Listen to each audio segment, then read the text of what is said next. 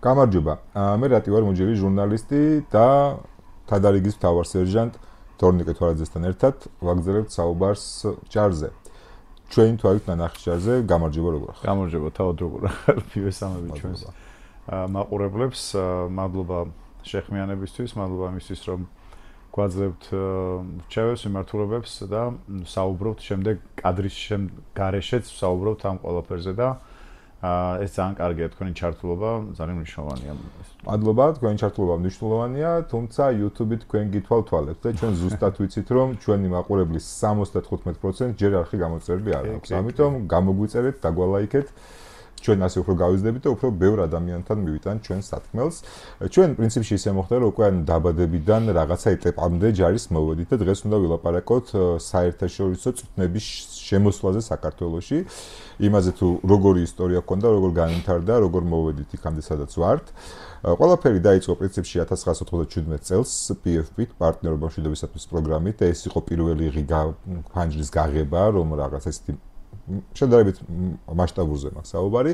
ამას მოყვა წვრთნისა და აღჭურვის პროგრამა, რომელიც უკვე შესაძლებლობების რეალური ფანჯარა იყო, პრინციპზე სადაც უკვე რეალურად დაიწყო ჯარის გადაიარაღება, გადამზადება, გათანამედროვეობა, ასე ვთქვათ, ნატო სტანდარტებთან მიახლოება და მე უკვე დაიწყო მისიებისთვის სპეციალური ორმხრივი წვრთნები, საუბარია ერაყსა და ავღანეთის მისიებზე და აქ ვთქვათ ამერიკულ მხარესთან ერთად ეს ორმხრივი თანამშრომლობები და მე ამას მოყვა ნობელ პარტნერი, Agile Spirit-ი, დიდგორი და კიდევ რაღაცა იყო როგორც ტაქტიკური წვრთნები, ასევე საშტაბო, ასევე საველი, ასევე კომბინირებული, ორმხრივი, მრავალეროვნული, მოკლედ ძალიან პრინციპში ყველაფერი ის GDR-ით თუ ახსენეთ არ ვიცი, ანუ ყველაფერი ის რამაც საფუძველი ჩაუყარა ჩვენ თავდაცვალების ესე რომ ვთქვათ მოდერნიზებას და ანუ მის ფუნქციაში და ფუნქციონირებაში უდიდესი წვლილი, ანუ ეგ იყო რეალურად დადებული აგური, ესე რომ ვთქვათ, რომელიც ამ კედელს ესე აძლიერებდა.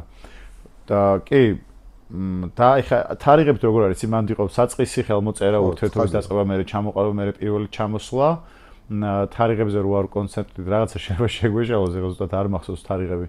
მაგიტო მარტო ერთი თარიღი მარტო ვახსოვ, მაგიტო ვახსოვ. 2002 წელს მახსოვს და მაგას უარ გავყვეთ, ანუ რეალურად ეს პირველი ყველა საამაყო, რა თქმა უნდა, არის ეს PFP ერთ-ერთი თავიდან, რაც იყო, რაც ძალიან მნიშვნელოვანი იყო და რა თქმა უნდა, ჩვენს ქართველები ძალიან სერიოზულად მოვეკიდეთ და ჩვენი პროფესიონალიზმი ჩავდეთ ამ ყველაფერში, იმიტომ რომ ვაცნობიერებდით, რამდენად მნიშვნელოვანი იყო საქართველოსთვის ეს ნაბიჯები. ну ზოგადად რო ახსნათ ჩვენ რა არის საერთაშორისო წვრთნების მისია რა არის და ფუნქცია, რა თქმა უნდა, ეს არის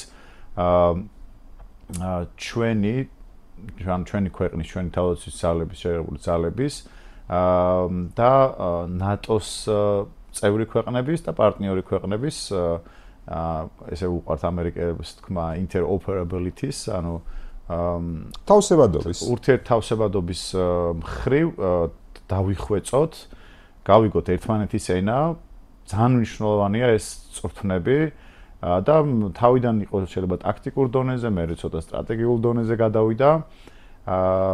მერე უკვე ბევრმა ქვედანაყოფმა გაიარა, თუ იყო თავიდან რაღაც ერთი კონკრეტული ქვედანაყოფი გადიოდა ამ წვრთნებს და ეს აშკარა იყო თელთავის ძალებში, რომ ის ქვედანაყოფი უფრო მეტად იყო გაწვრთნილი, შეიარაღებულიც და აღჭურვილიც.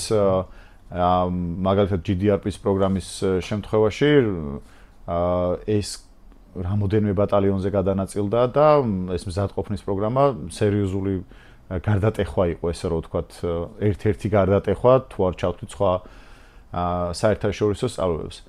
ეს საერთაშორისო სწავლებები, როგორც ვთქვით, არ იყო ეს რომ ჩავშალოთ რაღაც ძალიან ღრმად რო არ ჩავიდეთ, მაგრამ იყო ტაქტიკურსა და სტრატეგიულ დონეზეც, ანუ იქ იყო თუნდაც სამედიცინო ევაკუაციით დაწყებული, დამთავრებული რაღაც შიდა ქვეყნის სხვადასხვა უწყებებით კოორდინირებულ მუშაობაზე.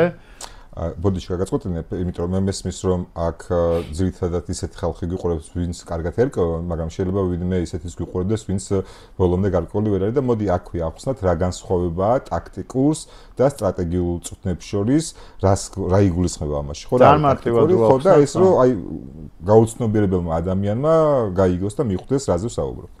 ანუ დაგეგმა და განხორციელების პროცესი, ესე რომ ვთქვათ, მარტივად რო ავხსნათ, ეს ტაქტიკურ დონეზე შეიძლება იყოს უშუალოდ შესრულების პროცესი. მაგალითად, მე ჯარისკაცმა მივიღე დავალება, რომ აი ამ წერტილიდან გადავადგილდი ამ წერტილზე, ამ პატარა ქვედანაყოფმა მიიღოს. ოპერაციის რაღაც ესე რომ ვთქვათ, დავალება და შეასრულოს. ხოლო აი დაგეგმვა უშუალოდ ხდება, ანუ არის სტრატეგიული, ესე რომ ვთქვათ, ანუ რამდენად თავდაცვას თუ გეგმავ ამ შემთხვევაში შენ რაღაც გარკვეულ ოპერაციას ეს არის უფრო სტრატეგიული. მარტივად რო ავხსნათ. ესაგებია. ანუ ჩვენს პარტნიორთან ერთად და ერთობლივად ვსწავლობდით და ვარჯიშობდით, როგორც ოპერაციების დაგეგმვაზე, ასევე მის აღსრულებაზე. ჯერ ეს ხდებოდა როგორც მივხვდით ცალ-ცალკე და მე ალბათ გაერთიანებული იყო, ხო? ძალიან კარგად მიმდინარე პროცესი, ან კარგად იყო დაგეგმილი, მე როგორც ეხლა ვაკვირდები, მაშინ შეიძლება ვერ ხვდებოდი ამ ყველაფერს, ხვდებოდი მნიშვნელობას, მაგრამ ანუ კარგი სწორი განვითარება ხდებოდა, სახელებიც კი სწორად იყო შერჩეული და მთლიანობაში ხარ რომ გადახედო ჩვენს ისტორიას საერთაშორისო ურთიერთობებში, ესე რომ ვთქვათ, სხვა ქვეყნებთან, აქ რამოდენიმე ქვეყანა იკვეთება, ხო? ძირითადი ქვეყანა, რა თქმა უნდა, ამერიკა არის. რომელიც უშუალოდ ხელმძღვანელი იყო ამ თუნდაც Agile Spirit-ის და მეორე Nobel Partners წვრთნის ხელმძღვანელი იყო, ესე რომ ამერიკაში. რა თქმა უნდა, ეს იყო NATO-ს ეგიდით, მაგრამ უშუალოდ ჩართულობა უფრო მეტი იყო ამერიკელებს. აი ძალიან ბევრი სხვა პატარა საერთაშორისო კურსები იყო, სადაც მარტო საქართველო არ არის. ანუ თავიდანვე რო ვიცოდეთ, მულტიეროვნული. ხო, მულტიეროვნული არის. აქ ჩვენთან დადიოდნენ უკრაინელები, დადიან ასევე სომხეთი არის ჩართული, არის აზერბაიჯანი ჩართული, სხვა ქვეყნები. ანუ ეს არ იყო მარტო ნატოს წევრი ქვეყნების და საქართველოს წვრთნები, ეს იყო ნატოს წევრი ქვეყნების და ნატოს პარტნიორი ქვეყნების, მათ შორის რეგიონული მოთამაშეების, როგორც ახლა ჩვენი ყველა მეზობელია ერთი გასაგები მეზობლის გარდა და ეს იყო წვრთნები, სადაც პრინციპში ნატოს სტანდარტებთან ახლოვდებოდა როგორც საქართველოსი, ასევე მისი პოტენციური პარტნიორების რეგიონალური მოთამაშეების შერაღებული ძალები. ხო, ანუ ეს იყო გათვლა რეგიონულ დონეზე. კი, რეგიონულ დონეზე და ანუ ძალიან კრიტიკულად მნიშვნელოვანი არის ეს თუ აპირებ შენ ურთიერთობა გქონდეს და შემდეგში დავუშვათ რაღაც საერთაშორისო მისიებში შენ მშვიდობის ყოფილ მისიებში მიიღო მონაწილეობა ან თუნდაც ანტიტერორისტულში ან რაღაც ეგეთში აუცილებელია იცოდე მათი ენა, მათ ტაქტიკური დონეზეც და სტრატეგიულ დონეზეც, რა თქმა უნდა, მათთან ერთად მუშაობა უნდა შეგეძლოს, ესე რომ ვთქვათ. ნუ აქ წარმოიდგინე, აქ რამდენ რამეზე ვსაუბრობთ, აქ ენის ბარიერზე ვსაუბრობთ, ელემენტარულ ტაქტიკაზე, ანუ მოქმედება ჩვენი რაღაც ყოველას ხო არ წარმოუდგენია, როგორც ერთი ეს ჯარი არის, ყველა ქვეყანაში ერთ და იგივე არ არის, ხო? ძალიან ბევრი განმასხვავებელი რაღაც სხვადასხვა კულტურა როგორც განსხვავდება, ისე განსხვავდება მოქმედებები, აი თავდაცვის მხრივ, მაგალითად ცეცხლის გახსნის მხრივ ამერიკელებს თუ აქვს ტაქტიკურ დონეზე ვიძახი, გადაადგილების დროს ცეცხლი თუ გაგიხსნეს, ანუ პირდაპირ ამერიკულ, ესე რომ ვთქვათ, სტანდარტებით შენ პირდაპირ თავშესაფარს ეძებ და გარბიხარ პირველი თავშესაფარზე, ან მაგალითად ბრიტანელებს აქვთ პირველ რიგში როგორც სამიზნე პატარავდები და უნდა აღმოაჩინო ცეცხლი საიდან არის შენს მიმართულებაზე გახსნილი. ანუ ესეთი პატარა ანუ შიგნით ნატოშიც ერთი სტანდარტი არ არის. არის სტანდარტი ერთი და მაგრამ განსხვავებები მაინც არის. ზუსტად აი ამ განსხვავებების გამო, მინიმალური განსხვავებების გამო არის რომ ტარდება მრავალეროვნული სწავლობები. ანუ თან ნახეთ როგორ არის ეს ხო არ არის რომ ნატო შეიქმნა და უცებ ყველამ ეს ამ სტანდარტს ხო უნდა გავრცობა სხვა ქვეყნებში მაგალითად აი ავიღოთ ბულგარეთი ხო არის ნატოს წევრი ქვეყანა და იღებს მრავალეროვნულ სწავლობებში მონაწილეობას. ანუ მან შეიძლება და ესეც იყო, არავის შეუცხოვს არ ვაყენებ, მაგრამ აი საქართველოში უფრო მეტად ვიყავით სტანდარტებით დაახლოებული თუნდაც ტაქტიკურ დონეზე და უფრო მალე მივიღეთ ვიდრე ბულგარეთ. ანუ ეს აშკარა იყო სწავლებებზეც და აშკარა არის დღესაც ყველაფერს. ამიტომ ვიძახი რომ ის რომ მიიღეს და ერთ და იგივე სტანდარტებით არის არ ნიშნავს რომ ეს მარტივად ყველა შეუძლია გადავიდეს. კი, მე მახსოვს პერიოდი, როდესაც ნატო იძახდა, რომ საქართველოს შერაღებული ძალები აბსოლუტურად თავსებათია ნატოსთან, ეხლა ჯერი პოლიტიკურ პროცესი არის, ეხლა დრო არის გავტარდეს რეფორმები რა სასამართლო, მოკლედ სამოქალაქო ნაწილში იმისთვის, რომ ეს თავსებათობა აბსოლუტური იყოს. ანუ შერაღებული ძალები იყო აბსოლუტური ჩემპიონი მაგ რეფორმირების ამბავში და ბოლომდე თავსებადები იყვნენ. კაი, მოდი ეხლა ნელ-ნელა უფრო მეტი კონკრეტიკა შემოვიტანოთ. შენი პირველი საერთაშორისო წვრთნა რა იყო? მოგვიყევი მაგაზე. ანუ რა იყო განსხვავებული იქ რომ მიხვედი, ანუ მანამდე სხვა რაღაც წვრთნები გავლილი ქონდა რა? და აი თუ პირდაპირ რამეს საერთაშორისოსთვის ემზადებოდი როგორ ჩემ მხრივ ასე პირდაპირ საერთაშორისო სწავლებში დიდი მონაწილეობა ესე ვთქვათ არ მიღია. აქაურ საქართველოში ასტარდებოდა. მონაწილეობა მაქვს უშუალოდ ჩართული არ ყოფილვარ. თუმცა ეს როდესაც ხდება დაუშვათ ეს თუნდაც GDRP-ის პროგრამა მე თვითონ ჩემი ქვედანაყოფი მონაწილე როდესაც ბრიგადის სერჟანტი ვიყავი ჩემი ქვედანაყოფი ემზადებოდა ანუ მაგ ქვედანაყოფს ყავს თავისი ბატალიონის დონეზე ხო ბატალიონების გადამზადება იყო და ბატალიონის შენ ვერ ერევი მათ საქმიანობაში ასე რომ ვთქვათ ბრიგადის დონემდე სანამ არ გაიზრდებოდა მაგრამ რა თქმა უნდა უშუალოდ როგორც ხელმძღვანელი მე და ჩემი მეთაური ჩართულები ვიყავით წინასწარი მომზადების პროცესში და უშუალო პროცესში აი ლოჯისტიკურად რომ აქვს მაგრამ როგორ გითხრათ აი ძალიან დიდი განსხვავება მომზადებულ ბატალიონს წვრთნა გავლილ ქვედანაყოფსა და ჩვეულებრივ ქვედანაყოფს შორის უკვე დიდი განსხვავება იყო თუნდაც ეს ურთიერთთავსებადობა მხოლოდ ის კი არა რომ სხვა ნატოს წევრ ქვეყნებთან სხვა ქვეყანასთან ხდებოდა შიგნითაც ხდებოდა უკვე ამ დახვეწა ამ მოქმედებების იმიტომ რომ თვითონ ქვედანაყოფი ცოცხალი ორგანიზმია ანუ ჯარისკაცები მიდიან, მოდიან, გადადიან, ანუ მაგ პროცესში შეზღუდულია, მაგრამ მაინც არსებობს ეს ვერ გავიქცევით ამას. შეიძლება ჯარისკაცი უბრალოდ ჩანაცვლება დაგჭირდეს. ამიტომ მე რაშიც ვიყავი ჩართული უშუალოდ საქართველოში არსებულ საერთაშორისო სწავლებებზე.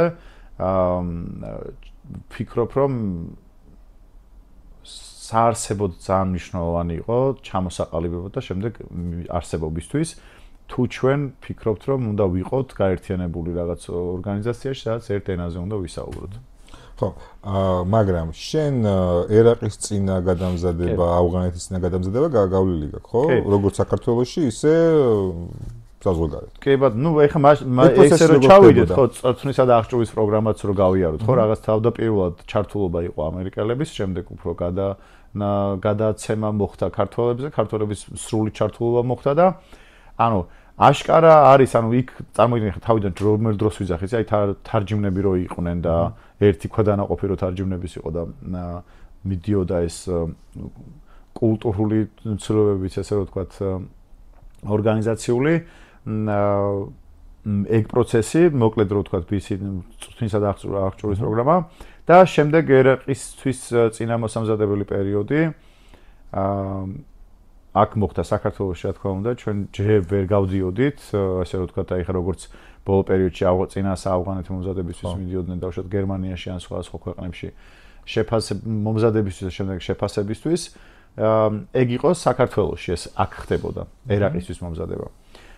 ხოლო შემდეგ იყო უკვე ერაყში სანამ უშუალოდ ოპერაციებში ჩავერთეთ, იყო კუვეიტში დაახლოებით ერთთვიანი წინამოსამზადებელი პერიოდი და აი მანდ უკვე ხდებოდა აი ჩვეულებრივი ქალაქები, ესე რომ ვთქვათ, ჩვენ ხო არის ოპერაცია დაგეგმილი ყავს მაგალითად აი დაახლოებით იცი რა ტიპის ოპერაციებში იღებ მონაწილეობას და ნუ ეხა ერაყის გათავისუფლების ესე Operation Iraqi Freedom. Iraqi Freedom ეს იყო ოპერაცია, სადაც დაახლოებით ვიცოდით ანუ ყველაზე პირველი რა ჩვენ სადაც რაზეც შეხება გქონდა თუ მაკეთ მიყვავს საუბარი რომ რა ხდებოდა უშუალოდ ჩართულობაზე რას ვიღებდით აი ჩვენთვის იყო ცოტა კულტურული შოკის და ცოტა გაუგებარის მაგრამ შემდეგ უკვე დიდ სურათში ხედავთ თუ რატო ვიღებდით ამ ინფორმაციას მაგალითად პირველი ჩავედით პირველი დღეები იყო უშუალოდ კულტურის გაცნობა აი ესეთი მომენტი იყო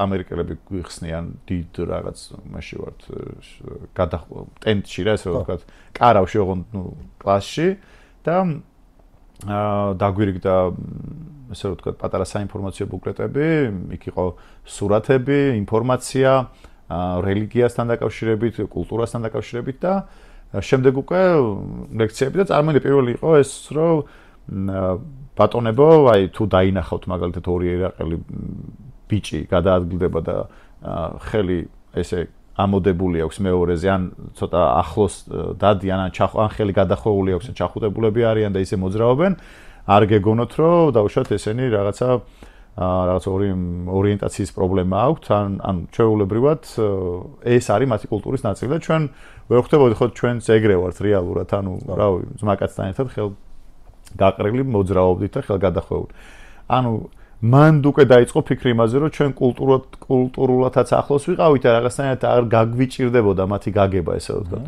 და ხვდებოდით რამდენად უჭირდათ მე სხვა ქვეყნების წარმომადგენლებს თუნდაც ამერიკელებს ამ ყველაფრის აღქმა რა ანუ იდეაში ეს ამერიკული სარდლობა ყოველას ვინ ჩადიოდა იმ ჭრილში უყურებდა რაჭროსიც ამერიკელ ჯარისკაცს და რაც რაღაც კულტურული შოკი რო აქონოდა და უხსნიდა ადგილობრივ ტრადიციებს რა არის რა შეიძლება ისლამი რას გძალავს რომ იქ ადგილობრივებთან ეს რაღაცა პრობლემები არ ყოფილიყო ეს სამოქალაქო ბჭყალებში სამოქალაქო ნაწილი გასაგებია ანუ თვითონ სამხედრო მიმართულებით რამე იყო ისეთი რაც მანამდე თქვათ არ იცოდი და იქ ისწავლე ბრძოლაში ჩართვის წესები. ნუ რა თქმა უნდა ეხა რაღაც ანუ ბრძოლაში ჩართვას თავის წესები აქვს. აუცილებლად, ხო. ანუ რო ავხსნათ მარტივად ეხა რა იყო ჩვენც ანუ ჩვენ რა თქმა უნდა აი ბევრჯერ გაგვიგია ხო მაგალითად რომ ქართველი არასდროს არ იქცევა ბრძოლის ველზე და ბრძოლის დროს ისე როგორც დაუშვათ აი რაღაც ტერორისტები, აფეთქებები, რაღაც ბრუტალური ქცევები, დასჯა, თავის მოკვეთა, რაღაც გატყავება რა ვერჯერ გვინახავს ხო ეს ხა ახლო ისტორიაში იყო თუნდაც ერაყში და ავღანეთშიც ხო ანუ ესეთი რაღაცები ჩვენ როგორც მებრძოლებს არ გვახასიათებს არც კულტურულად არც რელიგიურად არ გვაქვს უფლება და არც ადამიანურად სურვილი და ამას ჩვენი მორალი აკონტროლებს ესე რომ ვთქვა და ეს მნიშვნელოვანია ძალიან მნიშვნელოვანია ბრძოლაში ჩართვის წესებიც ხო იმისთვის აი რომ ადამიანის უფლებები, ადამიანი ზოგადად ის რაღაც ღირებულებები იყოს დაცული. ცინიკური ადამიანის მოსაკლავად რომ მიდიხარ და მაგის უფლებებზე ჩვენ ახლა ძალიან ბევრი ისტორიული ფაქტები ვიცით რომ ადამ მეომარ შენ მოწამდი არის მეომარი. მეომარს სჭირდება დაფასება და ის ყველა ვარიანტში მერე მიდის ოჯახში ხო? ანუ უნდა იტირონ ოჯახში ესე რომ ვთქვა და სასურველია რომ ისიც ღირსეულად გაუშვას სახლში ისი თავისას იცავს შენს. ერთ დამაზუსტებელ კითხვას ანუ ბრძოლაში ჩართვის წესები რას გულს ანუ უშუალოდ ბრძოლაში ანუ რაღაცა გადაადგილდები და იქ წესებს გულისხმობს თუ ზოგადს და რო დააკონკრეტო და მოგვიყო რომ კი აი უბრალოდ ავიღოთ ესეთი სიტუაცია ჩავდივართ და გვეუბნებიან რომ იცი რა გადაადგილების დროს როდესაც პატრულირება ხდება სოფლის გარშემო ან სოფელში უშუალოდ თუ დაინახავთ ან თუ მიიღებთ პირდაპირ ცეცხლს თქვენ არ გაქვთ უფლება პირდაპირ გაუხსნათ ცეცხლი დასახლებულ პუნქტში ადამიანებს თუნდაც ხედავდეთ საიდან და ვინ გესვრის პირველი არის დაუშვათ უნდა დარწმუნდე რომ შენ შეგიძლია ის წეღარაც აუხსენი რომ შეგიძლია უსაფრთხოდ იმიტომ რომ ოპერაციას გააჩნია რა ხო ხტები ახლა სამშვიდობო მისიაში ცეცხლი თუ გაგიხსნე შენ არ აქვს უფლება პირდაპირ ესე ადგილ და გაუხსნა ცეცხლი პირველ რიგში უნდა მოძებნოთ თავშესაფარი რომ შენ აირიდო ეს ცეცხლი და თავდასხმა შენზე შემდეგ უნდა მოახდინო იდენტიფიცირება მოწინააღმდეგის იმიტომ რომ შენ არ იცი იქ შეიძლება უბრალოდ მოქალაქეა გაღიზიანებული დაიღალა თქვენი და უბრალოდ გაგიჟდო და გაგიხსნა ცეცხლი ან უშუალოდ ის ადამიანია ვისაც ეძებდი პატრულობას თუ ცეცხლს გაგიხსნა შენ როგორ უნდა უპასუხო ხო და მაგაზე გადავდივართ ანუ ოპერაციის ანუ შენს დავალებას გააჩნია ამ შემთხვევაში მთლიანად რომ შენს მისია სამშვიდობო მისია ქვია შენ არ შეგიძლია თუ უშუალოდ შენს ცეცხლს საფრთხე არ ემუქრება და რას გულისხმობთ ახლა რას გულისხმობს ამაში ეს ყველა გესვრის და მეტი როგორ უნდა შენ თუ შეგიძლია რომ თავი დაიცვა ანუ შეაფარო უნდა შეაფარო და არ უნდა ესრო აუცილებლად აბა რა შენ შეგიძლია ცეცხლი გახსნა დაუშვათ როცა უკვე შენს სიცოცხლეს საფრთხე ემუქრება მაგრამ არის კიდე მეორე მომენტი რომ დაუშვათ არ ვიცი რამდენად შეიძლება მე მგონი რავი არ იქნება ვისაუბროთ ამაზე აი მაგალითად ახდენ ლიკვიდაცია შენი მოწინააღმდეგის ხო ანუ სად უნდა ესროლო შენ მოწინააღმდეგოს ანუ შეგიძლია თავში წესროლო რაც დაუშვათ დამიზნების რისკს ამცირებს და მოხვედრის უბრალოდ მაგრამ ამ კერჩი უფრო სანდუა. არა, კერჩი უფრო არაა სანდუა, ესე სანდუა რომ მოხვედრის მხრივ, მაგრამ შეიძლება არ ხო, შეიძლება ეცვას, შეიძლება ვერ მოახდინო ლიკვიდაცია, თავში უეჭველი ესე რომ ვთქვათ ახდენ. მაგრამ ამ ყველაფრის შემდეგ ხდება აუცილებლად გარჩევა, ანუ აუცილებლად ხდება. ეს ჩვენ ნახეთ ბევრი ფაქტები ამერიკელების მაგალითებით, რომ როდესაც მოახდინეს ლიკვიდაცია, მე იყო გარჩევა, აი თავში რატო ესროლი, აი შეგეძლო თუ არა თავი აგერიდებინა ამ ყველაფერს. მოდი ესე რომ დავაზუსტო, თუ აუცილებლობა არ მოითხოვს, ლიკვიდაცია არ უნდა მოახდინო, უნდა დააზიანო, ან და გაერიდო. ხო, ან გაერიდო და მოახდენ, უნდა მოახდინო ისე რომ დაუშვათ აი აუხსნი კიდევ მაგას მივამატოთ ეს დანიშნულება აქვს თავში ტყვი ხო თუ გულში ტყვი. ანუ აქვს დიდი მნიშვნელობა, ანუ შეგიძლია დაჭრა და მაგით. ანუ შეგიძლია დაჭრა და ნომერ პირველი ამოცანა არის ის რომ დააზიანო და მე თავი შეაფარო და არა მოკლა და თავი შეაფარო. დამოკიდებულია და აუცილებლად მნიშვნელოვანია რა ოპერაციით ხარ შენ გასული ქვედანაყოფიდან ბაზიდან ესე რომ ვთქვათ. რა დავალება გაქვს შენ თუ დავალება გაქვს უბრალოდ პატრულირება აღმოჩენა მოწინააღმდეგის და ლიკვიდაცია მაშინ პირდაპირ ხო მაგრამ კიდევ მანდაც არის ჩაშლა აი მაგალითისთვის ავიღოთ აი დავუშვათ აი 50 კალი რაც ეძახიან ან დავუშვათ პირდაპირ ვთქვათ გასაგებია შეიძლება 50 კალიბრი არ იცოდე აი ტანკი არ შეგიძლია ესროლ ტანკით არ შეგიძლია ესროლ ადამიანს ხო ანუ არა რეალურია ხო ანუ თუ შენ გაქვს საშუალება რომ ესროლო ყველაფერზე თავი დავანებო არა რაციონალურია ხარჯის ხრივ ხა ერთი კაცისთვის ტანკის გასროლა ანუ ეგრე თუ შეხედა ეგეც არის მაგრამ ანუ მაგიტო არის ეს კალიბრი რატო შეგვიძლია ამაზე შემდეგში ვისაუბროთ ჟენევის კონვენციით რატო არის უფრო დაბალი კალიბრი 5.55 და რატოა 7.62 ხო დავუშვათ რომელიც არ შედის ჟენევის კონვენციაში დაბალ შაშხანაში გულისხმობ მოკლედ ის რაც საბრძოლო ნაწილში ახალი იყო გამოდის რომ ახალი იყო ეს ბრძოლას ჩართვის წესები ხო ჩვენი პირველი ეს ანუ ჩვენი პროტესტიც იყო ან წარმოიდგინე ხა პროტესტი როგორ იცი ან რას ქვია ან როგორც ხა შენ ქონდა რა რას ქვია თუ მესვრის როგორ ვერ გავიგე სად ვერ გავიგე იმას იქვეს რომ აქვეს რომ რას ქვია დავიმალ როგორც ცეცხლი გამიხსნა მე სად ანუ ზუსტად ეგ არის ეთიკა ესე რომ ვთქვათ რა ბრძოლაში ჩართვის და შენს მოწინააღმდეგესთან ბრძოლის აი წარმოიდგინე თვითონ უშუალოდ საწვრთნელი ბაზაც და ქალაქი აი რომ წარმოვიდგინოთ ეხლა ჩვენ რაღაც კონკრეტული უბანი თბილისში პატარა უბანი ან დავუშვათ რაღაც სოფელი ხო სადაც ვაპირებთ ოპერაციის ჩატარებას და ტყვეების განთავისუფლებას, ან უბრალოდ პატრულირებას, ან რაღაც საინფორმაციო ოპერაციის ჩატარებას. ამ შემთხვევაში ჩვენ ვიღებთ მაკეტს იმ სოფლისას, დაახლოებით, ინფრასტრუქტურულად როგორი ეზოები აქვს, როგორი გზებია, როგორი შენობებია, გადასასვლელი ხიდები, ყველა მნიშვნელოვანი რაღაც ობიექტები. ფორტიფიკაციული ნაგებობები და ამას ვიზუალიზაციას ვახდენთ ამ ყველაფერს ერთ-ერთი მასშტაბზე გადმოგვაქვს. ხშირ შემთხვევაში და უმეტეს შემთხვევაში არის რომ ერთ-ერთზე გადმოგვაქვს, მაგრამ ხშირად რა თქმა უნდა ესე ვერ ხერხდება. შედარებით შემჭიდროება. ხო და ან წინასწარ ამაზე ესე რომ ვთქვათ ამ თეატრი კეთდება და ამ ბრძოლას წვრთნას გავდივართ მანამდე. და ეს იყო ძალიან დიდი ქალაქი, კუვეიტში იყო დაახლოებით რა გითხრა, საბურთალოს ხელა ქალაქი. სადაც მოწყობილი იყო ქალაქების სოფლები საწვრთნელი ქალაქი და თავისი წარმოიდგინე ტრანსპორტით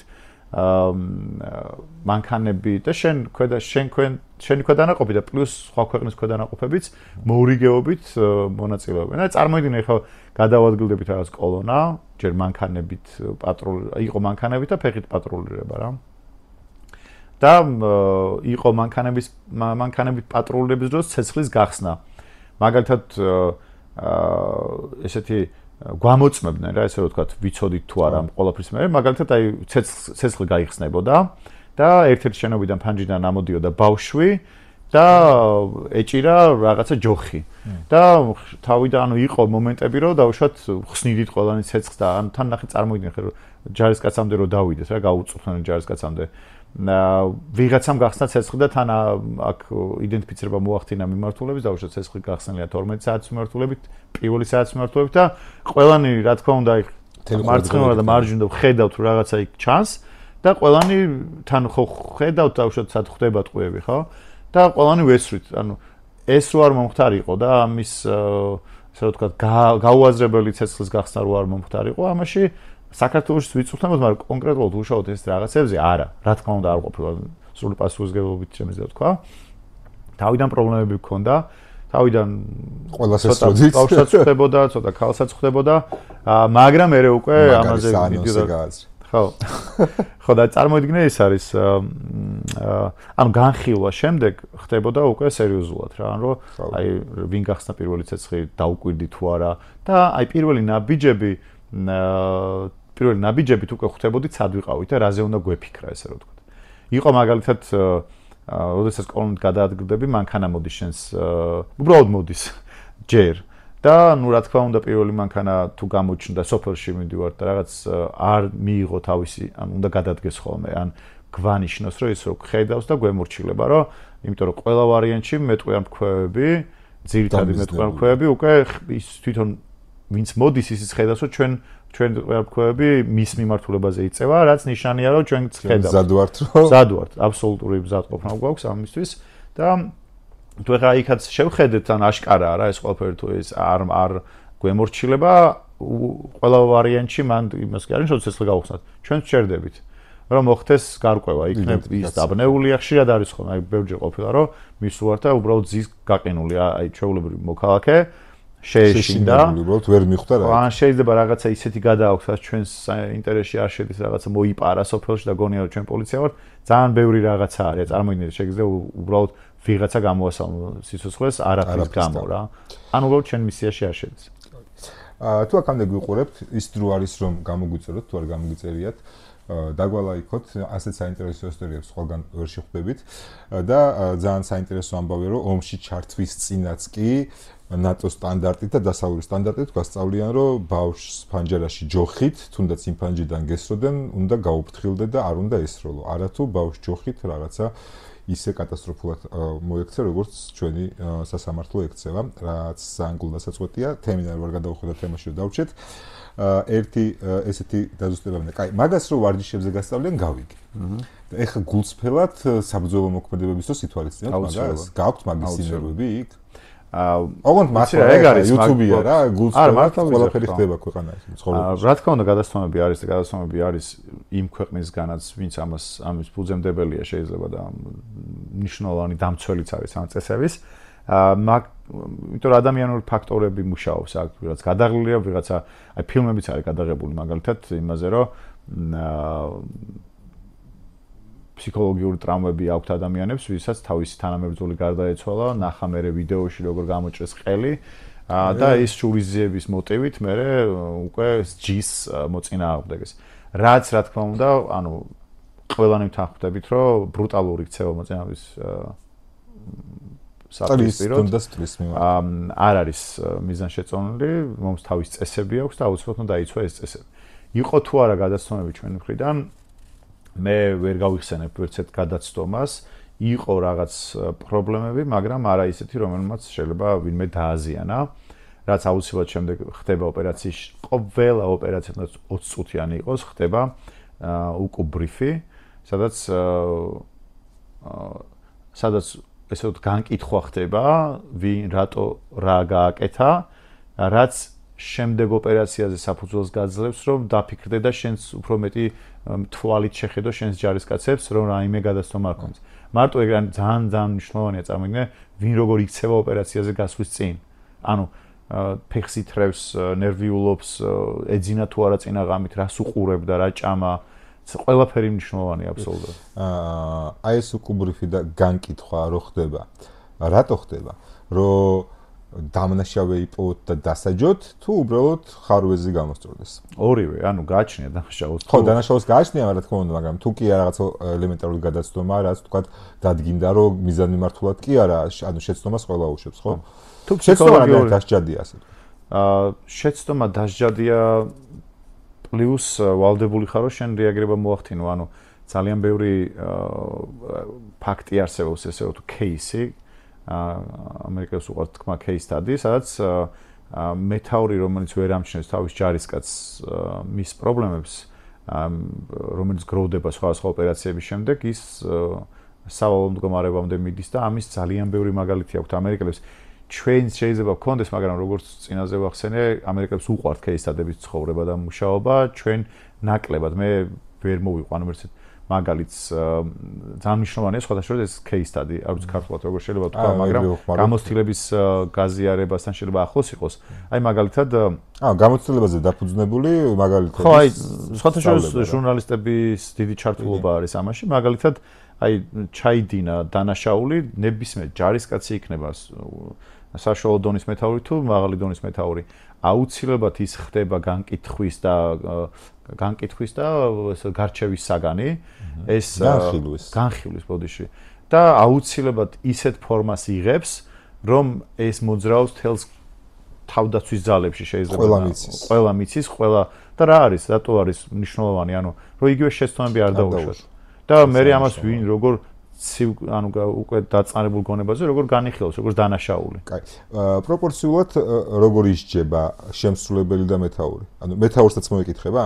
როგორ შეამჩნია იქ საფუძველშივე? იცი რა არის კი რა თქმა უნდა თუ მას მის ფუნქცია მოვალეობებში არის და წერია და ამის სხვა ხელშემშლელი მაგალითები არა აქვს რომ მან დაკვირვება აწარმოოს უშუალოდ მის დაქვემდებარებულზე, მაშინ მას პასუხისმგებლობა რა თქმა უნდა ეკისრება და ეგრეც არის. შენ უნდა იცოდეს შენ უკვე მაგიტო არის მეთაური, მაგიტო არის სერჟანტი და მაგიტო არის რომ მეთაური არ არის ყველაზე პასუხისმგებელი 2000 კაცზე პასუხისმგებელი ვერ იქნება ბრიგადის სერჟანტი, იმიტომ რომ მას ყავს კიდევ სხვა სერჟანტები და მეთაურები, რომლებიც უშუალოდ მეთაურები არიან ადგილზე. ვიღაცა რომელიღაცა ბატალიონში, ასეულში, 20-ულში, 10-ულში ჯგუფის ჯარისკაცმა რაღაცა დააშავა, ვერ შეიძლება მოთხოვო ბრიგადის მეთაურს, იმიტომ რომ მისი უშუალო მეთაური იქ უნდა ყოფილიყო. ანუ ხო ხტები არის სხვადასხვა დონის პასუხისმგებლობები არის. დაჟა მნიშვნელოვანია რომ პასუხისმგებლობები განაწილებულია და ერთ კაცი არ ხდება მთელი ჯოხი. ანუ ეგ არის ხო ძალიან კარგია და ანუ მეორე კითხვას რო გავცეთ პასუხი, ხდება როგორ ხდება დაჟა, ну ამ შემთხვევაში უღირსაქციელისთვის ყველაზე ჩემთვის ყველაზე საშინელი კოშმარი რაც შეიძლება იყოს ეს არის უღირსაქციელისთვის დათხოვნა გააჩნია ნუ სისხლის სამართლის საქმეში თუ გადავიდა შენი საქმე და ჩვეულებრივ ისე გასამართები ჩვენ არა გვაქვს სამხედრო ტრიბუნალი რომელიც გააჩნია ამერიკას და ამერიკის სამხედრო ტრიბუნალზე ბევრი ფილმი ვიცით ძალიან ანუ რაც კულტურას ბადებს და სამოქალაქო სასამართლოში არ მიდის ეს საქმე ამერიკაში მიდის სამხედრო ტრიბუნალში სამხედრო კი მე რაც ვიცი სამხედროში რჩება სისტემაში და სისტემაშივე ირკვევა ვინ რა რამდენად და როგორ დააშვა. კი აი თუ და მე მაქვს ნათარგმნი სერჟანტი გრინის ისტორია ძალიან შემიძლია ის მე რაღაცა ჩავდოთ ლინკი იმაში. აღწერაში. ხო, ელექტრო არ მაქვს მე მგონი. მე რატო არა მექნება. ანუ სერჟანტი გრინის ისტორია არის, სადაც აი ტიპიურად ძალიან კარგი მაგალითია ჩვენა ამერიკამ მაგალითად რომ როგორ შეიძლება სახელმწიფოში მიმდინარე რაღაც ქაოტური სიტუაციიდან გამომდინარე დაუშვას შეცდომა რეკრუტირებაში მიიღო ისეთი კრიმინალური ყოფაქცევის და არაწესიერი პიროვნება, ანუ მე როგორ შეიძლება ეს ადამიანები, ანუ სუსტი ადამიანები მოექცნენ შურისა და ასე რომ ვთქვათ ძალიან ცუდი ემოციების ქვეშ ბრძოლის დროს დაზიანდნენ ფსიქოლოგიურად, ფსიქიკურადაც და ამან დიდი გავლენა იქონიოს მე თლიან თავის ძალიანობას. ხო, აი სერჟანტი გრინის მაგალითი არის, ანუ ადამიანმა რომელმაც მოგვიყევი ვარა. ანუ სერჟანტი გრინი არის, მე მგონი 2002 წელი არის, როდესაც ამერიკამ მიიღო გადაწყვეტილება მისი მიღების, ანუ რეკრუტირების სტანდარტი დაწია და ისტორიაში თუ დაუშვათ პატარა კრიმინალური გადაცემებიც ჰქონდა, ანუ იქიდან გამომდინარე რომ ერაყში რეკრუტირება, ანუ ხალხი ცოტა ჭირდებოდა. ძალიან ბევრი ჭირდებოდა და დაუშვათ მარიხუანის მოწევაზე, მე მგონი სერჟანტი გრინის სწორად მახსოვს, ეგ ჰქონდა ეგ პრობლემა გადაცდომა, რომ მარიხუანის მოხმარების გამო იყო ეს რომ გაშავებული რა და მაგრამ გაუხსნეს, მიიღეს და სერჟანტმა გრინმა თავისი მეგობარი დაკარგა შემდეგ ომში. შემდეგ როცა ხდება ახსნა დამკვირვებლები უშუალოდ მისი მეთაური და ხელმძღვანელი ხედავდა თუ როგორ უყურებდა ამ ვიდეოს ღამეების განმავლობაში რაც უკვე პირველი ნიშანი იყო, რომ შურისძიების ემზადებოდა, მაგრამ შურისძიებისთვის რაღაცა ხომ და გააკეთო, ანუ რაღაც რის შესაძლებლობაც მოგეცემა, იმას იმ სასხეს გამოკრავ. და პირველივე შემჩნევაზე მოხდა რეაგირება, ჩამოაშორეს ესე რომ ვთქვა, დატოვეს ბაზაზე სერჟანტი გრინი და შემდეგ მოხდა, რომ კიდევ ესე რომ ვთქვა, ხალხის არასაკმარისი რაოდენობის გამო მებრძოლების დააბრუნეს სერჟანტი გრინი, ოღონდ სხვათა შორის ერახში სადაც მე 18 ჩემს გადანაყოფთან ერთად 18 ჩეკპოინტზე ვიყავი და მე 16 თუ მე 17 ჩეკპოინტზე იყო სერჟანტი გრინი. აი ეს ნამდვილი ამბავია. ნამდვილი ამბავია, ხო? ანუ кейს სტადია. მეთქე რაღაცა კინოს. აბსოლუტურად ის არის ნამდვილი ამბავი და ხდებოდა და ძალიან ახლოს ჩემთან. იგივე დროს, ზუსტად იგივე დროს ხდებოდა, როცა მე ვიყავი და ჩვენ ვიყავით ქართველები. და ამ ჩეკპოინტზე თავისი თანამოაზრეები, ესე რომ ვთქვათ, მოძებნა, ჩართო დანაშაული ქმედებებში და ჩაიდინა აი საშინელი დანაშაული, აი ოჯახი ამოწყვიტა საშინელი ბრუტალური გზებით. რითაც შური იძლია. მაგრამ რა თქმა უნდა ეს არ არის ის რაც მებრძოლს ახასიათებს, ჩვენ არ არის ეს ჩვენი საქმე, ესე რომ ვთქვათ, ხო? ამიტომ არსებობს ეს წესები და ბრძოლაში ჩათვის წესები არსებობს. გამოგვიწერეთ დაგვალაიქეთ და ჩვენ გავაგრძელებთ საუბარს და მოდი ახლა ეს ერაყის მოსამზადებელი გავიარეთ. ახლა ავღანეთი. ერაყისგან განსხვავებით ავღანეთში მომზადება მე როგორც მახსოვს ორ ეტაპად ხდებოდა, ერთი საქართველოში, ერთი გერმანიაში და შენს ეს ახსენე თუ არ ვცდები. რა განსხვავება იყო საქართველოში გავლილ წვრთნასა და გერმანიაში გავლილ წვრთნას შორის? დიდი განსხვავება იყო და აი განსხვავება კიდევ ცოტა სხვანაირად იყო, ესე არ ხდებოდა პირდაპირ რაღაც ნახევარი იქეთ, ნახევარი აქეთ. ნახეთ პირველად რო დავიწყოთ, მომზადება დაიწყო 100%-ით, ესე წარმოვიდგინოთ 100%-ით ამერიკელების საზღვაო ქვეითების ჩართულობით საქართველოში. თვითონ პროგრამა მოიცავდა, რომ დროსთან ერთად თავიდანვე უნდა ყოფილიყვნენ უშუალო ქვედანაყოფის ხელმძღვანელები დაკვირვებით, რომ აქედან რაღაც ესე რომ ვთქვათ, ინფორმაცია ამოეღოთ, რომ შემდეგ მომზადებულიყვნენ ისინი როგორც ინსტრუქტორები. ასევე ჩვენ მაშინ არ გვქონდა ეს წვრთნისა და უბრალოდ ეს ეგრეთ წოდებული JTEC-ი ახლა რაც არის, მაგრამ უკვე ანუ მოითხოვა რა სიტუაცია მე ვთქვათ. ამიტომ ეს ხდებოდა გრწანიში და გრწანიში ხდებოდა შეკრება ამ სერჟანტების, რომლებიც უშუალოდ ჩართულები იყვნენ, ოღონდ როგორც დამკვირვებლები. პირველი მეორე უკვე დაიწყო დაახლოებით 20%-იანი ჩართვა ქართველების, თუ იყო დაუშვათ 10 ამერიკელი ინსტრუქტორი, იქ 2 აუცილებლად ქართველი იყო, უშუალოდ უკვე მონაწილე. ხო, დამკვირვებელი, არამედ ხო, 2 დამკვირვებელი რო იყო, 2 მონაწილე რო იყო, უკვე 4 დამკვირვებელი იყო შემდეგ იმისთვის და საბოლოოდ ისე გამოვიდა, რომ დაახლოებით 10% მე რასადაც მახსოვს და ვიყავი, 10% იყო უკვე ამერიკელების ჩართულობა და თითქმის 100%-ით ვიყავით ქართველები, რაც თან ანუ ეს პლუს არა მარტო ჩვენს პირად შემადგენლობას, რომელიც უშუალოდ ემზადებოდა ავღანეთისთვის, მისიისთვის, მათ წვრთნიდა, არამედ ჩვენ გვიტოვებდა ბაზას, რის ბაზაზეც მე ჩამოყალიბდა ანუ ეს სკოლები, რომლებიც ნატოს შეფასებისა და წვრთნების მე მახსოვს, რომ ან წანისთან, ან ვაზიანთან რაღაცა ავღანური სოფლების მოდელებიც გავაკეთეთ. მინიმალური ის იყო, ანუ წანიშიც იყო ჩეკპოინტის ჩეკპოინტი არა, მე ვგულისხმობ უშუალოდ აი სოფლის იმიტაცია რა, ხო, ეგ არის ხო, უფრო აღმოსავლეთ საქართველოში არის მიახლოებული. გავაკეთეთ ესე მახსოვს. ნამყოფიც ვარ ერთხელ. არის და ეხაც არის, ეხაც კლიპებს იღებენ, მაგრამ არ არის ეგეთი უბრალოდ არ მინდა დავასახელო რა. სად არის? არც არის რაღაც ისეთი საგასაიდუმლოებული, უბრალოდ მაინც მოვიდები ღია ტერიტორიაზე არის თუ არ ვწდები. რაღაც პერიოდი იყო სამხედრო ბაზაზე. ნახეთ აი აქ მაინც რაღაც წარმოდგენა რო ყოფილიყო აი წირე პატარა ოპერაციებისთვის, მაგალითად ჩეკპოინტზე მოქცევის წესები როგორ უნდა მივიღოთ, მანქანა როგორ მივიღოთ, გავაჩეროთ, გავჩრიკოთ, გადმოვიყვანოთ პირად შემადგენლობა, ქალი, კაცი, გენდერი დავიცვათ.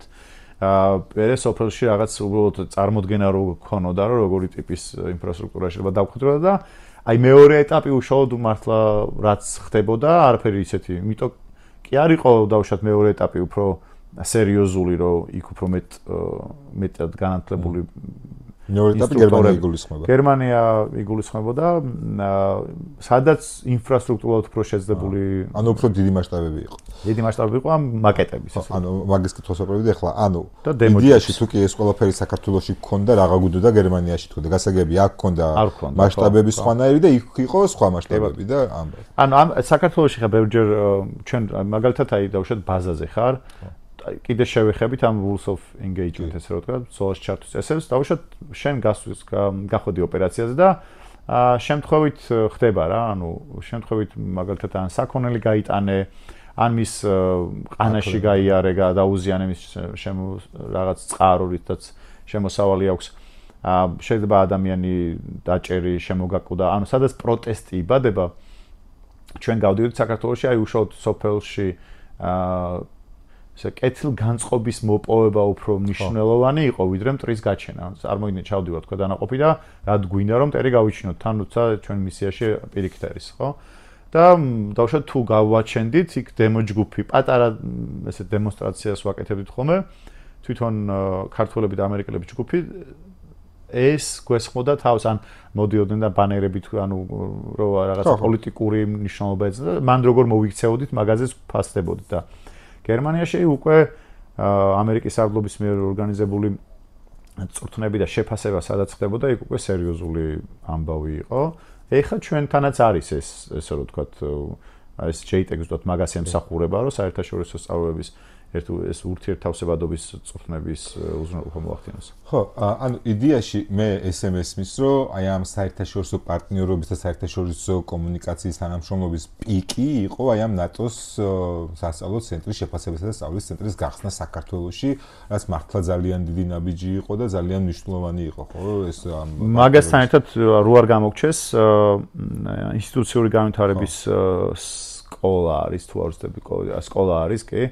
თბილისში, რომელმაც აკრედიტაციაც მიიღო სხვათა შორის და ძალიან მნიშვნელოვანი სკოლა, მეც ყოფილ ვარ და კურსების გამოვლია მან და არა მარტო ქართველებში და არა მარტო თავდაცვის სამინისტროდან, არამედ სხვა და სხვა უწყებებიდან საქართველოში უწყებას ვიძახი, რომელიც აი უშუალოდ კრიზისებზე რეაგირების შემთხვევაში როგორ ანუ ურთიერთგაცვლა რომ მოხდეს ინფორმაციების და გამომდინარე იქიდან რომ აკრედიტაცია ჰქონდა, ძალიან ბევრი მნიშვნელოვანი ქვეყანა, მათ შორის ამერიკელები და ნატოს სხვა წევრი თუ პარტნიორი ქვეყნები იღებდნენ მონაწილეობას სერიოზულ წვრთნებში. ეს წვრთნები უშუალოდ ეს იყო უკვე უფრო მეტად აკადემიური ინსტიტუციური განვითარების სკოლაში, კლასის ასე რომ ვთქვათ, საკლასო სავარჯიშოები და არა სავალი, ანუ აბსოლუტურად ფორმის გარეშე ვზივართ და გამიხილავთ უფრო მეტად. კარგი და ეხლა რაც მინდა კითხო უკვე ნელ-ნელა ბოლოსკენ გავიდეთ შევაჯამოთ.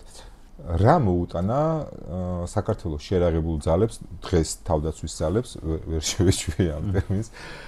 რა მოუტანა საქართველოს თავდაცვის ძალებს საერთაშორისო წვრთნებამ? ან რაში გამოგვადგა? იმიტომ რომ ეხლა რასაც ვყვებოდით, ხო რაღაცა ისეთი თითქოს მარტო მისიებზე გათვლილი წვრთნები იყო და ასე იყო მართლა? თუ რამე მოგიტანათ რეალური რაც ჩვენს რეალობაში გამოგვადგება. აი თავიდანვე შეგვიძლია ფორმალურად ესე რომ ვთქვათ დავაკვირდეთ და გავიაზროთ, რატო შეიძლება ურთიერთობდეს ჩვენთან, რატო შეიძლება უნდოდეს საერთოდ ამერიკას ან ნატოს ჩვენთან ურთიერთობა, ხო? ან ორი ვარიანტია, ერთია ჩვენი ინტერესები, არის მეორე მათი ინტერესები, ხო? ჩვენი ინტერესები არის თავდაცვა, ვიყოთ რეგიონში დაცულად, მაგრამ ამისთვის შესაბამისი ფასი გადავიხადოთ, როგორც საერთაშორისო ტერორიზმთან ბრძოლაში, საერთაშორისო მისიებში. და რეგიონალური მასშტაბით თუ რაიმე საშიშროება შეიძლება მოხდეს ოფიციალურად თუ დავუშვათ დღეს ავიღოთ უკრაინის შემთხვევაში თუ ჩვენ რაღაც მასშტაბური ჩართვა იქნებოდა დღეს არავინ არ არის ჩართული ოფიციალურად არც ერთი მხარე გარდა უკრაინისა და რუსეთისა ასეთი ტიპის რეგიონი ჩრდილო კორეა არის ჩართული ოფიციალურად ხო ანუ მე გულისხმობ ხარ არ ცოტა აქეთ ხო კი, მართალია, ხო და ნახეთ, აი მაგ შემთხვევაში ჩვენი ინტერესი ეგ არის, ხო და მათი ინტერესიც ფაქტიურად ეგ არის, რომ ანუ რო წარმოვიდგინოთ მათთვის პოტენციური მტერი, რომელიც განიხილება დავუშვათ რუსეთი, ხო, დავუშვათ დასავლური და ნატოს ძალებისთვის, მათთვის სტრატეგიულად მნიშვნელოვანია მის გარშემო ყავდეს მოკავშირეები, გაწვრთნილი და მათ ენაზე მოსაუბრე. არა მარტო რუსეთი, ბოროტების ღერძი და ნებისმიერ გინდა იქეთ, გინდა აქეთ, ხო? ანუ ძალიან ჩვენ ხო ყოველთვის ეს მისია გვაქვს, იმიტომ რომ სტრატეგიულად ძალიან მნიშვნელოვან ადგილზე ვართ და გინდა იქეთ გადავგვისვრიან, გინდა აქეთ გადმოგვისვრიან, ან გინდა იქეთ მოგვიხდება დაცვა და დავიცავთ თავს. ხო. და გაგაწყვეტინე და აზრი რო არ დაგაბრუნებ, ანუ რაში გამოგვადგა ეს ყველაფერი რა? ანუ პირველ რიგში გამოგვადგა, რა თქმა უნდა, მისიებში. მერე ჩვენ ნებისმიერ იმ მომენტში, როცა ჩვენ ჯარის აღშენობა მიმდინარეობდა კულტურის ჩამოყალიბება, ძალიან მნიშვნელოვანი იყო პირდაპირ პროფესიონალებთან ერთად მიგვეღოთ წვრთნები, იმიტომ რომ კიდევ ერთხელ ვიძახი არის ნატოში ქვეყნები, სადაც რომლებიც უბრალოდ არიან ნატოს წევრი ქვეყნები რაღაც პოლიტიკური ნიშნით და მათი პირადი შემადგენლობა ჩვენ პირადი შემადგენლობასთან, ნებისმიერი დონის პირადი შემადგენლობასთან უბრალოდ ძალიან ნეიტრალური ადამიანიც და არა მარტო ნეიტრალურები ხარ, რატომ იყოს ნეიტრალური? რატო ვიძახი, იცი არის რო შეაფასო, ანუ შეუძლია ვერ შეადარებ, ვერ შეადარებ. და საერთოდ ენის ბარიერზეც რო დავით, მანდაც კი პრობლემები აქვს და ჩვენ ამ ხრივ ძალიან გავგზარდა ამ ყველაფერმა. მე ამ ზრდის პროცესში ზუსტად ესეთი სწორი ჩამოყალიბება ძალიან დიდ მნიშვნელობას წენს თვითონ არს ამ ყველაფრისას და თავდაჯერებულობა არის. მე არაფერი არ გიკვირს, ანუ ყველაფერი გამოცდილი გაქვს, როგორც ხელმძღვანელს, ჯარისკაც, ანუ ტექნიკურადაც ყველაფერი აი რაღაცნაირად კარგად გრძნობ თავს. აი წარმოიდგინე ხა შენ რაღაც ორგანიზაცია ჩამოყალიბე და არ ურთიერთობ არავისთან და გაქვს რაღაცა ინტერესი და ჩაკეტილი ხარ რაღაც შენ ნაჭუჭში და რაღაც შენ ოფისი იქირავე და ზიხარ და რაღაც ინტერნეტიდან იქეკები და სად უშუალოდ შეხებაში შედიხარ და უშუალოდ გაჩერა ორგანიზაცია გაქვს შედიხარ საერთაშორისო ორგანიზაციას კავშირები ეს ნეტვორკი ან ნეტვორკი ძალიან მნიშვნელოვანია ამას პირდაპირ გვასწავლიდნენ რომ და ეგრეც არის პრაქტიკაში წარმოიდგინე ნეტვორკი რა ხდება ხო ანუ ქსელი ადამიანების ნაცნობობის ან ამერიკაში ფოტოშოპის ახლა დღეს ან ჩვენ როცა ბოლოს როცა შევხვდით თავს ძალების მთავარ სერჟანტს ამერიკის ძალების მთავარ სერჟანტს მისი ხშირად ამბობდა ხოლმე ჩემი ჯგუფი ჩემი გუნდი my crew რა ანუ რაღაც ახალი იყო რა დაბადეს თვითონ ეს რომ ჩემი ხალხი ან ჩემი ბიჭები ანუ ძალიან კარგია ესეთი ტერმინები ეს ამის შემოტანა რომ და ეს გადმოდიოდა ჩვენზეც რა ასე რომ ვთქვათ და ჩემი ხალხი რას ნიშნავს რა წარმოიდგინე მე ჩემი კურსელი დღეს არის რაღაც მნიშვნელოვანი ქვედანაყოფის ხელმძღვანელი ბელიზეს თავარი სერჟანტი იყო ჩემი კურსელი წარმოიდგინე ხო ბელიზე თუ სწორად ქვეყანას ზოგმა შეიძლება არ ცოდეს რაღაც პატარა 2000 კაციანი ქვეყანა არის სადაც წვრთნებს ატარებს ამერიკა რაღაცა ჯუნგლების ოპერაციებისთვის. მაგრამ მანდაც კი ყავს ვიღაც. ანუ კი და ანუ ყავს ნებისმიერ სხვა ქვეყანაში ქვედანაყოფების და საერთოდ მთლიანი თავის ძალების სერჟანტები და მეთაურები. გამოდის რომ ამ წვრთნებით ჩვენ გავხდით რაღაცა თანამეგობრობის მეგობრად კარგი კლუბის წევრები. სრულფასოვანი წევრები. კი, სრულფასოვანი წევრები და ერთ-ერთი მნიშვნელოვანი საპატიო ადგილზე ყოფილი წევრებიც, იმიტომ რომ ჩვენზე არა მარტო ჯარისკაცები, არამედ გენერლები, პოლიტიკოსები და სხვა მნიშვნელოვანი ორგანიზაციის წევრები საუბრობდნენ ჩვენს მნიშვნელობაზე სხვადასხვა ოპერაციებში, ჩვენს სანდოობაზე და ჩვენს პროფესიონალიზმზე. ასევე შეცდომებზე, მაგრამ ნუ ეხა შეცდომების კავშირი არსებობს. ამ ფონზე მე განსაკუთრებით გულმიწყდება, რომ ეს რაღაცნაირი ეროვნული წვრთნები აღარ ტარდება, იმედია და ეს წმინდა წლის პოლიტიკური გადაწყვეტილება იყო, პასუხი იმ პოლიტიკაზე, რაც აქ იყო. ამაზე არ განვართოთ, რადგან ჩვენ კონცენტრირდებით, თუმცა სამწუხარო რომ ამას შესაძლოა პოტენციურად ეროვნული უსაფრთხოების პრობლემებიც თან დაერთოს, იმიტომ რომ თუ შენ არ ყავს მეგობარი, რა ხარ მეგობრის გარეშე? არც არაფერი. ჩაუმარჯოს საქართველოს თავდაცვის ძალებს. ჩაუმარჯოს. მადლობა რომ გიყურეთ. იმედია საინტერესო იყო. ყოველ შემთხვევაში მე ჩაწერეს ეს მომეჩვენა რომ რა საქმე ჩაგუწერია ყველაზე საინტერესო იყო. შეიძლება დაგვიწერეთ კომენტარებში. კიდევ ერთხელ მოგიწოდეთ გამოიწეროთ არხი, დაგვალაიქოთ, დაგვაშეროთ თქვენ სოციალურ ქსელებში, ესე უფრო მეტ ადამიანს მივწვდებით. აქვე აი ახლა როცა მოვსაუბრობ, პარალელურად გამოჩნდება ორი ცალი ფანჯარა, სადაც ჩვენი წინა ეპიზოდები იქნება და შეგიძლიათ თუ არ გინახავთ ჯერ დაკლიკოთ და გადახვიდეთ და ნახოთ ეს სიუჟეტები და რაც მეხება ჩვენს შემდეგ ეპიზოდს, რომელიც მომავალ ორშაბათს დაიდება, ეს უკვე იქნება ვთქვათ დაძაბული ეპიზოდი, სადაც ვილაპარაკებთ каранტინზე, როგორ გარდაიქმნება ადამიანი, სულ სიტყვა სამოქალაქო პირი ჯარისკაცად. რატომ ყვირიან ხოლმე, რა ყვირებთ საერთოდ? რატომ არშია, არცივა და არ ეძინება ჯარისკაცს? რატო არ ვაძინებ და არ ვაჭმევ და ვაციებ ჯარისკაცებს? მოკლედ, ამ თემებზე შემდეგ ორ შაბათს დაგველოდეთ, მანამდე გამოგვიწერეთ ზარი ჩართეთ, რომ ეპიზოდი არ გამოგჩეთ ნახვამდის.